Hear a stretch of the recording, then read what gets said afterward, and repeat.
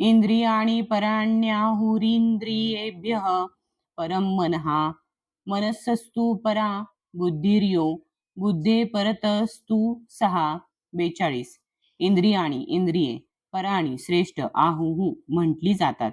इंद्रियेभ्य इंद्रियांहून अधिक परम श्रेष्ठ मनः मन मनसहा मनाहून अधिक तू सुद्धा परा श्रेष्ठ बुद्धी ही बुद्धी यहा जो बुद्धेहे बुद्धीहून अधिक परतः श्रेष्ठ तू पण सहा तो कार्य करणारी इंद्रिये जड प्रकृतीपेक्षा श्रेष्ठ आहे. मन इंद्रियांपेक्षा श्रेष्ठ आहे. बुद्धी मनापेक्षाही श्रेष्ठ आहे आणि तो आत्मा बुद्धीपेक्षाही श्रेष्ठ आहे. तात्पर्य कामाच्या कार्यांची इंद्रिये ही विविध द्वारे आहेत. कामाला शरीरामध्ये संग्रहित करून ठेवण्यात येते, पण इंद्रियांद्वारे त्याला मोकळी वाट करून दिली जाते. म्हणून इंद्रिये ही एकंदर शरीरापेक्षा श्रेष्ठ आहेत. जेव्हा या इंद्रिय द्वारांमध्ये परम भावना किंवा कृष्ण भावना असते, तेव्हा ही द्वारे उपयोगात आणली जात नाहीत. कृष्ण भावनेमध्ये आत्मा भगवंतांशी प्रत्यक्ष संबंध प्रस्थापित करतो. म्हणून या ठिकाणी वर्णन केलेल्या क्रमिक शारीरिक क्रियांचा अंत शेवटी परमात्म्यामध्ये होतो. शारीरिक क्रिया म्हणजे इंद्रियांची कार्य होत आणि इंद्रियांना थांबविणे म्हणजे सर्व शारीरिक क्रियांना थांबविणे होय.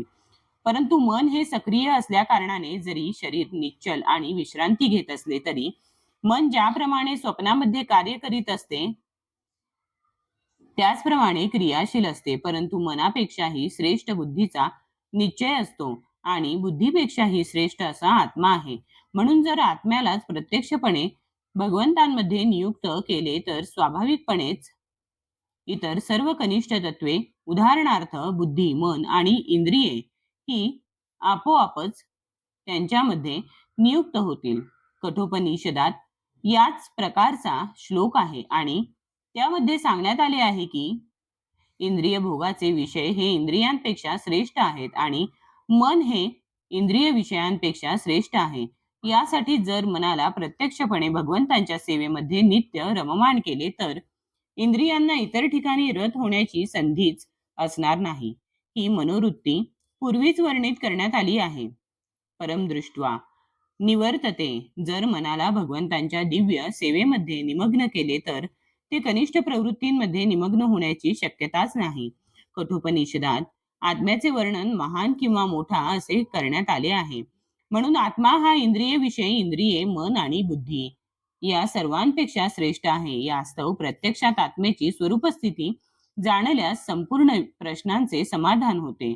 बुद्धीद्वारे मनुष्याने आत्म्याची स्वरूपस्थिती जाणली पाहिजे आणि मग मनाला निरंतर कृष्ण भावनेमध्ये निमग्न केले पाहिजे. यामुळे संपूर्ण समस्येचा उलगडा होतो. आध्यात्मिक मार्गातील नवसाधकाला साधारणपणे इंद्रिय विषयांपासून अलिप्त राहण्याचा सल्ला दिला जातो. या व्यतिरिक्त मनुष्याने बुद्धीचा उपयोग करून मन बळकट केले पाहिजे. जर त्याने पूर्णपणे भगवंतांना शरण जाऊन बुद्धीद्वारे आपले मन कृष्ण भावनेमध्ये रममाण केले तर आपोआपच मन बळकट बनते. मग इंद्रिये जरी सर्पाप्रमाणे बलवान असली तरी ती दंतहीन सर्पाप्रमाणे निरुपद्रवी होतात. परंतु जरी आत्मा हा बुद्धी मन आणि इंद्रियांचाही स्वामी असला तरी कृष्ण भावनेत श्रीकृष्णांच्या संगतीत तो दृढ झाला नाही तर प्रक्षुब्ध मनामुळे त्याचे केव्हाही पतन होण्याची संभावना असते.